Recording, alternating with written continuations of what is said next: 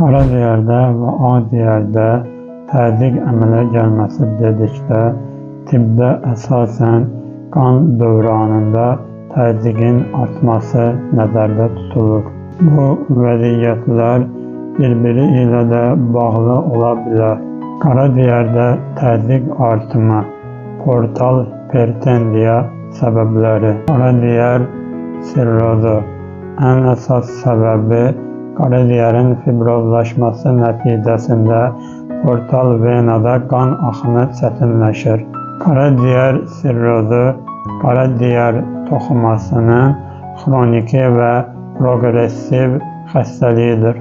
Bu zaman normal qaraciyər hüceyrələri, hepatosidlər tədricən ölür və onların yerini fibroz toxuma tutur.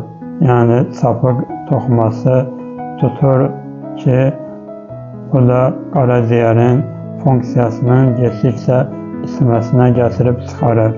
Əsas səbəblər alkoqol, uzun müddətli və həddindən artıq qəbul, virus hepatitləri B, C, D, qaraciyərdə iltihab və hüceyrə ölümü yaradır.